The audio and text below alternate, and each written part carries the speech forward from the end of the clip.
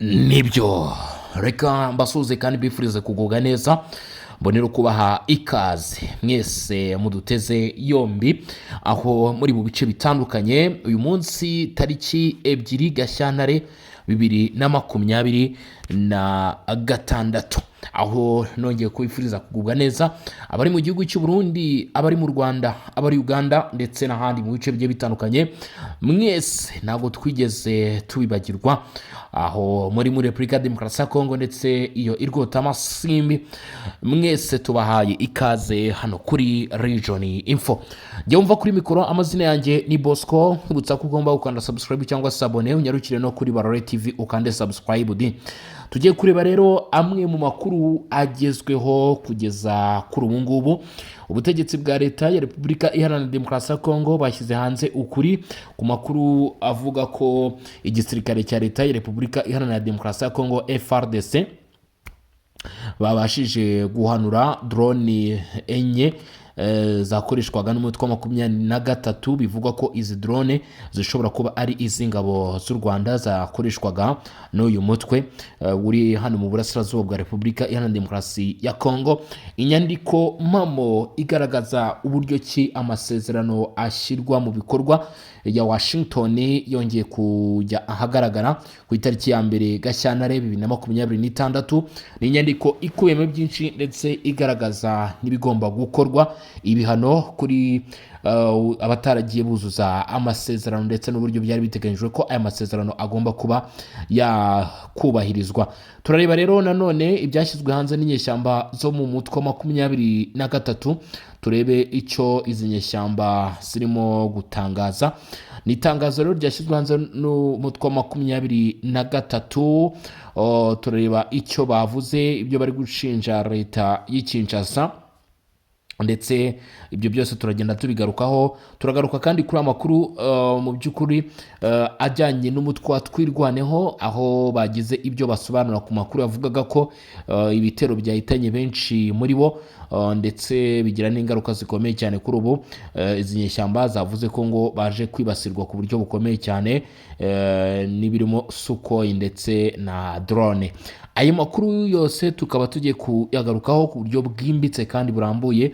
Nkibutsa ko hagati tugufite n'andi makuru agiye atandukanye ndetse n'izindi ngingo tuza kugenda tugarukaho, ariko by'umwihariko aya makuru yacu izi saha cyangwa se maginga yangaya araza kuba yubakiye kuri izo ngingo maze kuba nakurondera cyangwa se maze kuba nakubwira. Tugiye guhera rero ku nyandiko ikomeye cyane yaje kujya hanze ku munsi w'ejo tariki ya 1 z'ukwezi kwa 2 2026.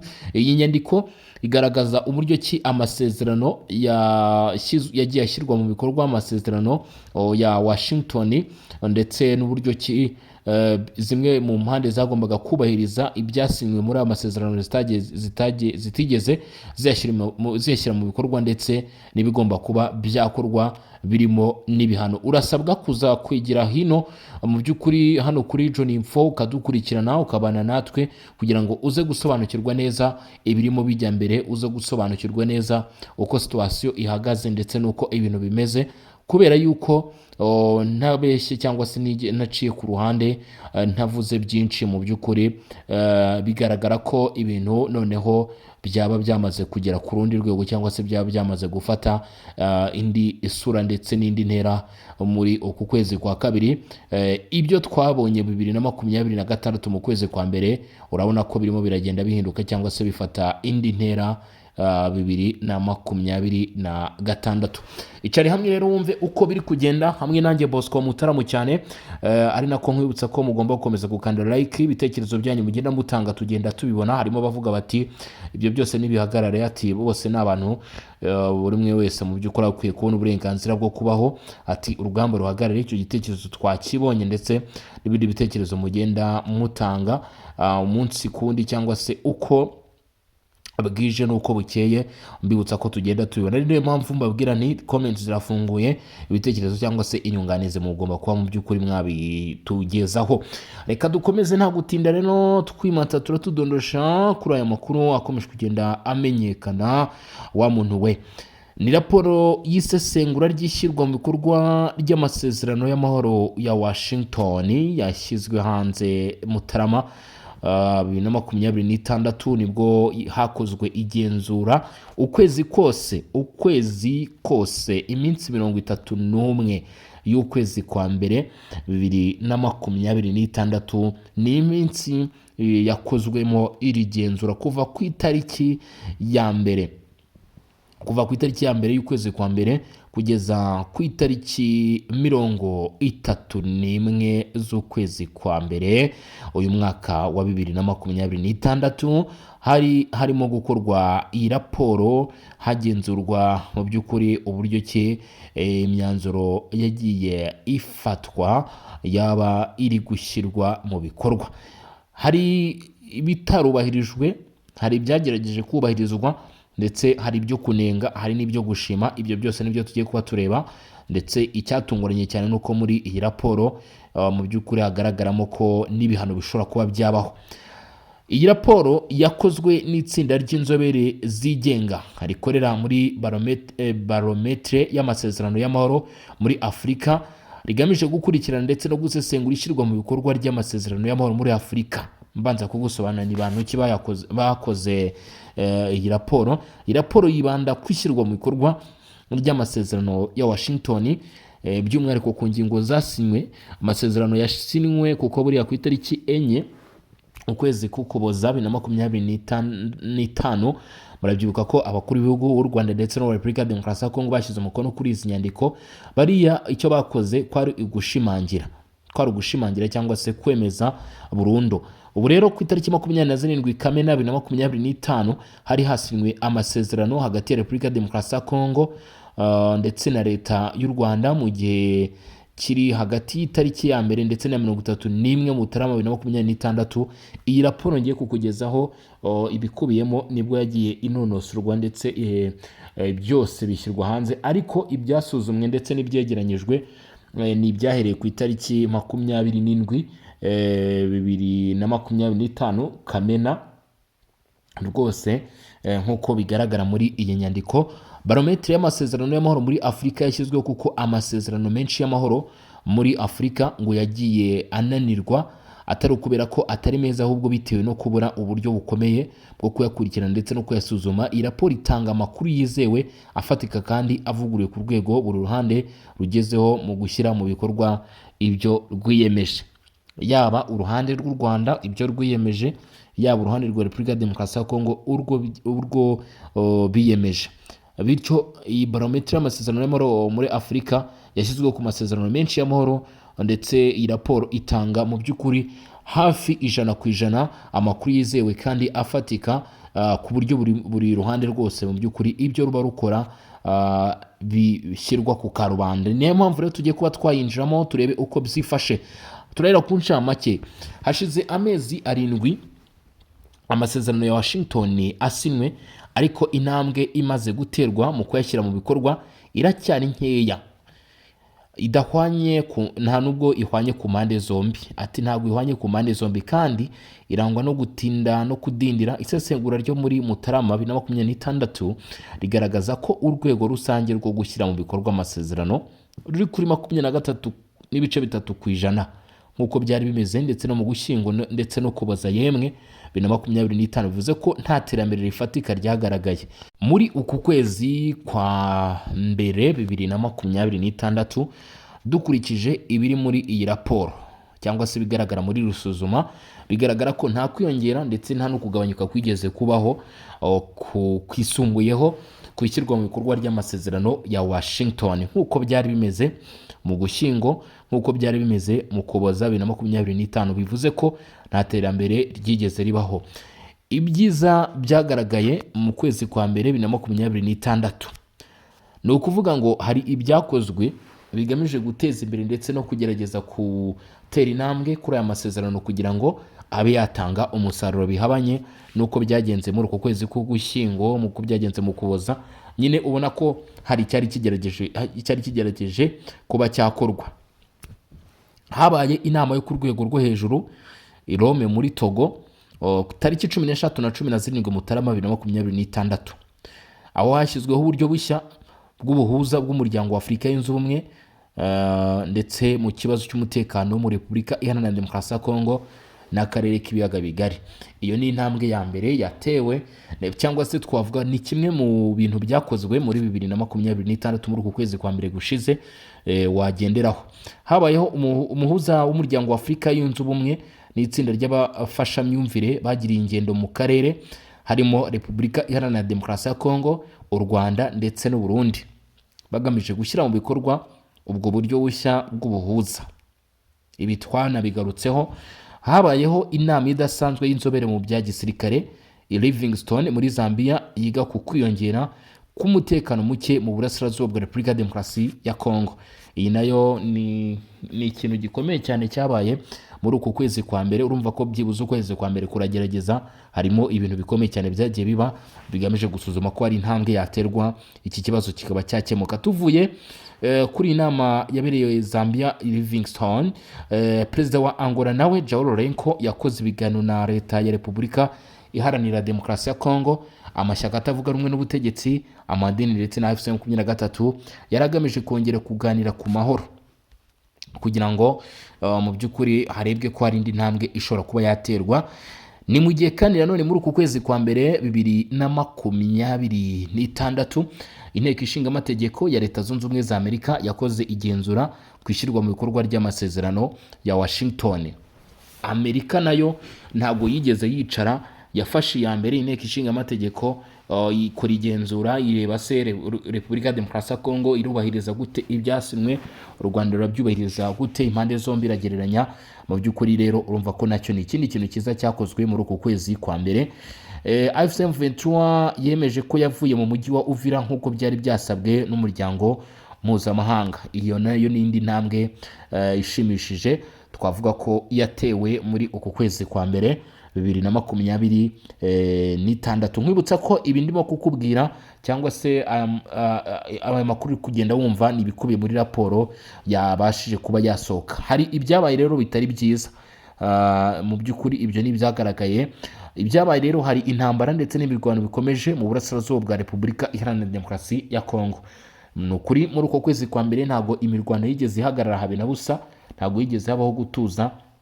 Imirwano yarushijeho gukomera. Ibi nabyo biri mu bibangamira amasezerano cyangwa se mu bikumira ishyirwa mu bikorwa ry'amasezerano ya Washington yasinywe hagati y'u Rwanda ndetse na Repubulika Iharanira Demokarasi ya Kongo. Nkeka ko iyi ni nayo mpamvu iri ku muzo wa mbere. Kutubahiriza inshingano z'umutekano ziteganwa n'amasezerano, by'umwihariko kudashyira mu bikorwa ihagarikwa rya burundu ry'umutwe wa FDLR ku ruhande rwa Repubulika ya Demokarasi ya Kongo nk'u Rwanda rubivuga. Nanone Repubulika ya Demokarasi ya Kongo naho yagenze bikuru ntege. Ikindi hari kudakuraho ingamba z'umutekano u Rwanda ruvuga ko rufata ku mpamvu z'ubwirinzi. Izi rero nazo ntabwo zigeze zikurwaho muri uku kwezi kwa mbere. Byabangamiye nanone ishyirwa mu bikorwa ry'amasezerano ya Washington yasinywe hagati y'u Rwanda na Repubulika ya Demokarasi ya Kongo. Na n'uyu munsi tukigera muri uku kwezi kwa kabiri nabwo izi ngamba n'ubundi ntabwo zirakurwaho. Hari inzitizi zikomeje mu kugeza inkunga y'ubutabazi ku baturage b'abasivile. Ibi nabyo byagiye mu by'ukuri bigaragara nk'ibikorwa bibangamira cyangwa se bitari byiza hakurikijwe uburyo ki amasezerano yari yatanzwe. Hari ibyifuzo rero byatanzwe, ntabwo byagarukiye aho ngaho ngo bimwe bigende neza, hagira intambwe ziterwa, hagire n'ibitubahirizwa ngo bigarukire aho ngaho, kuko nyine niyo mpamvu izi raporo zigenda zisohoka, niyo mpamvu haba inama zigiye zitandukanye. Hari ibyifuzo byatanzwe rero kuri Leta Zunze Ubumwe za Amerika. Inteko ishinga amategeko, bimwe twakubwiye tuti mu kwezi kwa mbere inteko ishinga amategeko ya Leta Zunze Ubumwe za Amerika yakoze igenzura ku ishyirwa mu bikorwa ry'amasezerano ya Washington. Ntabwo byagarukiyeho. Leta Zunze Ubumwe za Amerika nyine hari ibyifuzo byatanzwe muri iyo nama cyangwa se muri icyo gikorwa cyabaye cy'inteko ishinga amategeko. Havuzwe ko hagomba gukomeza ndetse no kongera igitutu cya diplomasi ku mpande zombi hifashishijwe ubugenzuzi ndetse n'isuzuma rya kenshi. Ruvuga ngo ku ruhande impande zombi, u Rwanda ndetse na Repubulika Iharanira Demokarasi ya Kongo, igitutu cya diplomasi kigomba kongerwa ku kureba irishyirwa mu bikorwa, birimo kudashyira mu bikorwa ihagarikwa rya burundu ry'umutwe FDLR, kudakora ingamba z'umutekano cyangwa se z'ubwirinzi u Rwanda ruvuga ko rwafashe. Ibyo rero Amerika ikavuga ko muri inteko ishinga amategeko hagomba kongerwa igitutu ndetse no gusuzuma uburyo ki bishyirwa mu bikorwa. Turacyari ku ruhande rwa leta zunze ubumwe za Amerika. Amerika ivuga ko hagomba gushyirwaho uburyo buhuza gushishikariza kubahiriza amasezerano n'ibihano bigenewe abayibangamira. Ati gushyiraho uburyo buhuza gushishikariza kubahiriza amasezerano n'ibihano bigenewe abayabangamira. Ubwo ni amasezerano gushishikariza u Rwanda gutanga ibisabwa by'umutekano cyangwa by'ubutabera ku bagize FDLR bakiri muri Repubulika Iharanira Demokarasi ya Kongo hagamijwe kubacyura ku bushake, gutera inkunga mu bya tekinike n'ibikoresho inzego zishinzwe kugenzura ishyirwa mu bikorwa ry'amasezerano, gutera inkunga MONUSCO mu bushobozi bw'amafaranga ndetse n'ubuhanga kugira ngo irusheho kurinda abasivile no gukurikirana ihagarikwa ry'imirwano, gukomeza gushyigikira ubuhuza bwa Katari hagati ya leta ya Repubulika Iharanira Demokarasi ya Kongo ndetse na AFC-23. Ibyo byose ni bimwe mu bivugwa ndetse n'ibigarukwaho rwose na leta zunze ubumwe za Amerika ku byo babona ko bigomba kuba byashyirwaho.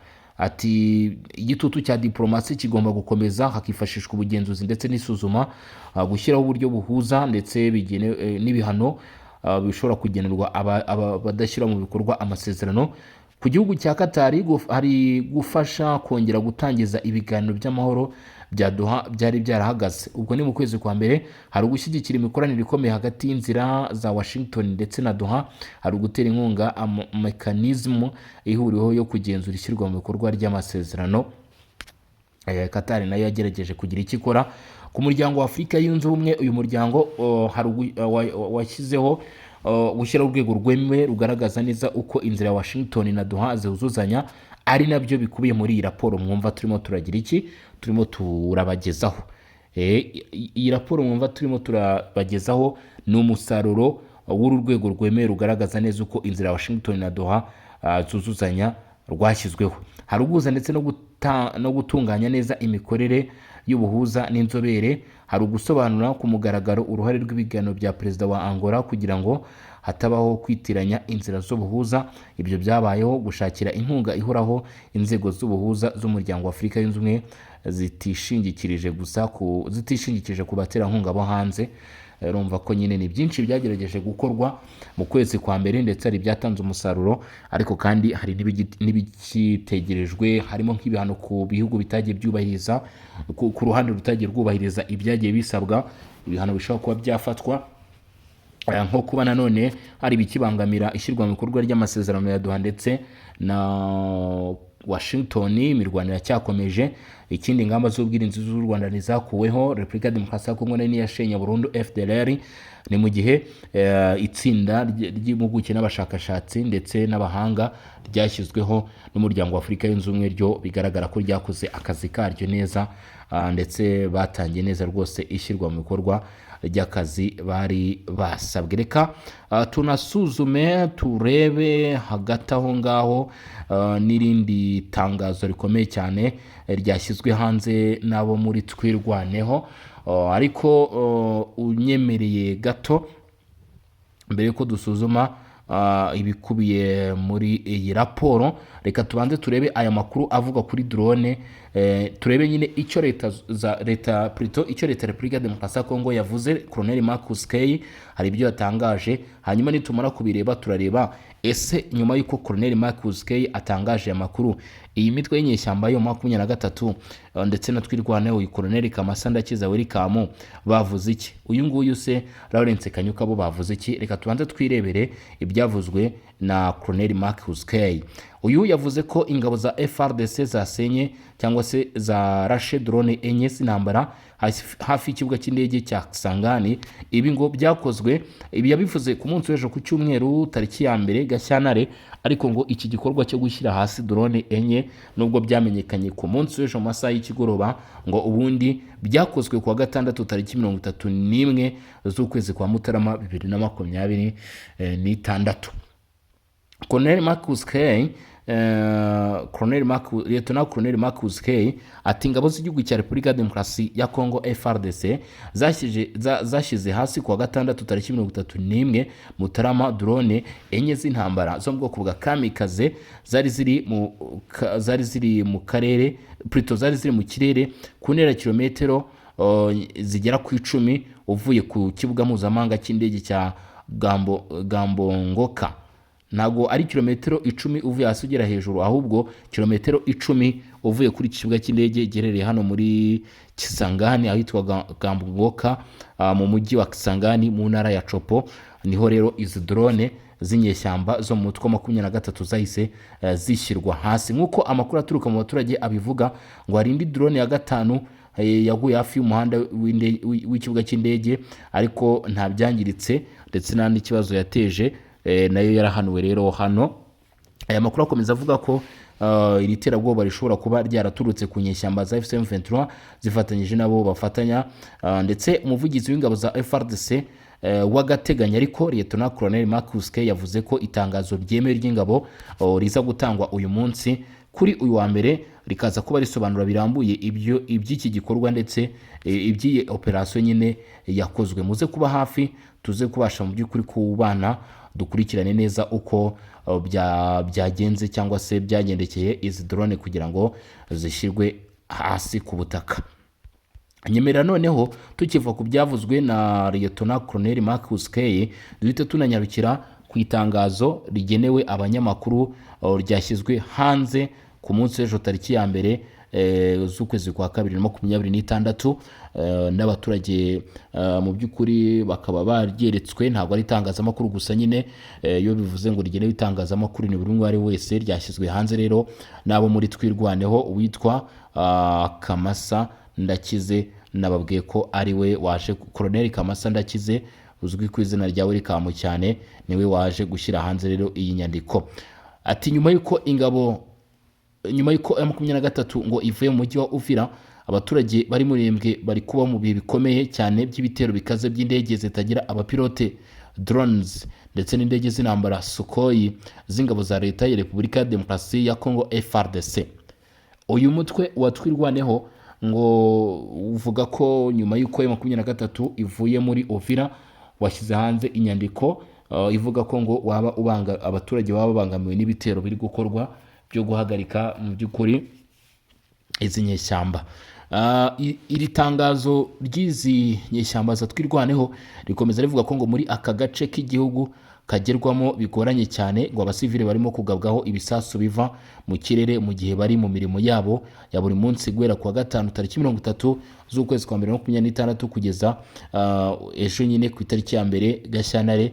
Ngo indege zitagira abapilote zirenga 18 za FARDC zakomeje kuguruka mu kirere ahitwa Minembwe, ndetse ngo izi drone zagurutse ubudahagara. Ibyo bitero ngo byateje impfu z'abasivili ndetse byangije bikomeye ibikorwa remezo by'ibanze birimo amazu yo guturamo, birimo ngo amavuriro, birimo insengero. Ngo ibyo bitero byo mu kirere byibasiye cyane ahatuwe cyane mu mujyi rwagati wa Minembwe utuyemo imiryango ibihumbi myinshi yabimuwe, ngo bahunze ibitero bikomeje kugabwa n'imitwe itwaje intwaro irimo Wazalendo ishyigikiwe na leta kuva hafi imyaka 8 ishize.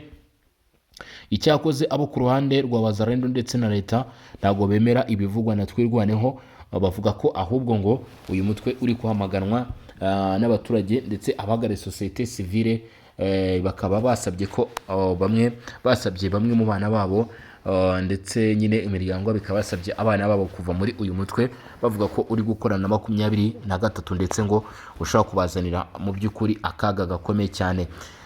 Ariko Twirwaneho yo yakomeje ivuga ko ngo birakwiye kwibutsa ko ibi bitero ngo bya drone ngo byaba byaratangiye muri Gashyantare 2025, ngo bikaba byaratumye hangirika cyane ibikorwa remezo by'ingenzi birimo n'ikibuga cy'indege cya Minembwe, bituma ako gace gacika burundu ku gihugu. Ngo kakaba kari no mu bihe bikomeye by'ihagarikwa ry'ubutabazi ryashyizweho. Mu by'ukuri ngo ibyo bikorwa byo guhagarika ibikorwa by'ubutabazi byashyizwe n'ingabo z'u Burundi. Ibyo bitero byo mu kirere byarushijeho kwiyongera muri Mutarama 2026 nyuma y'uko inyeshyamba za 23 zikuye mu gihugu Uvira, ngo byongereye icyizere cya leta ya Kinshasa mu mugambi wayo, aho bavuga ko iri tangazo rivuga ko ngo ari umugambi wo kurimbura mu bwoko bw'Abanyamulenge.